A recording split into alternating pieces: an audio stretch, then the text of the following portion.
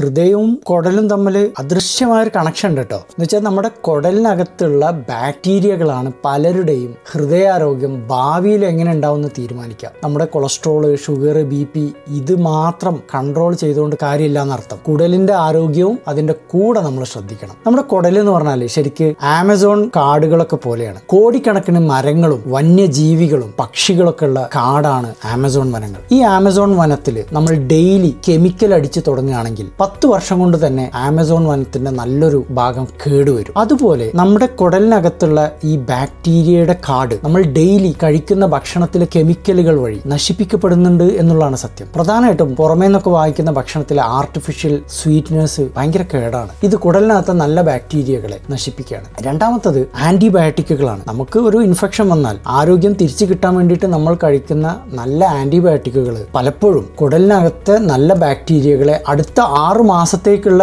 Capacity നശിപ്പിക്കുന്ന പറയാം. മൂന്നാമത്തത് നമ്മൾ ഫൈബർ കുറഞ്ഞ ഫുഡാണ് സ്ഥിരമായിട്ട് കഴിക്കുന്നതെങ്കിൽ നല്ല ബാക്ടീരിയകളുടെ എണ്ണം കുറയാണ്. കാരണം നല്ല ബാക്ടീരിയകൾക്ക് ഈ ഫൈബർ ഉള്ള ഫുഡ് വേണം. ചുരുക്കി പറഞ്ഞാൽ ഈ നല്ല ബാക്ടീരിയകൾ നശിക്കുമ്പോൾ ചീത്ത ബാക്ടീരിയകൾ പകരം ഉണ്ടാവും. അതാണ് അതിലെ പ്രശ്നം. അത് ചീത്ത കെമിക്കൽസ് ഉണ്ടാക്കുകയും ചെയ്യും. അങ്ങനെ BP കൂടുന്നുണ്ട്, രക്തധമനികളുടെ നീർക്കെട്ട് ഉണ്ടാവുന്നുണ്ട്, എന്തിനേറെ ഭാവിയിൽ ഹൃദ്രോഗത്തിനും സാധ്യതയുണ്ട്. അപ്പോൾ നമ്മൾ ചെയ്യേണ്ടത് ഫൈബർ നന്നായിട്ട് കഴിക്കുക, ആർട്ടിഫിഷ്യൽ സ്വീറ്റ്നേഴ്സ് ഒഴിവാക്കുക, ആന്റിബയോട്ടിക് ഉപയോഗിക്കുന്നുണ്ടെങ്കിൽ അതിനുശേഷം പ്രോബയോട്ടിക് ഉപയോഗിക്കുക. അതുപോലെ തൈര്, യോഗേർട്ട് ഇതൊക്കെ വളരെ നന്നായിരിക്കും.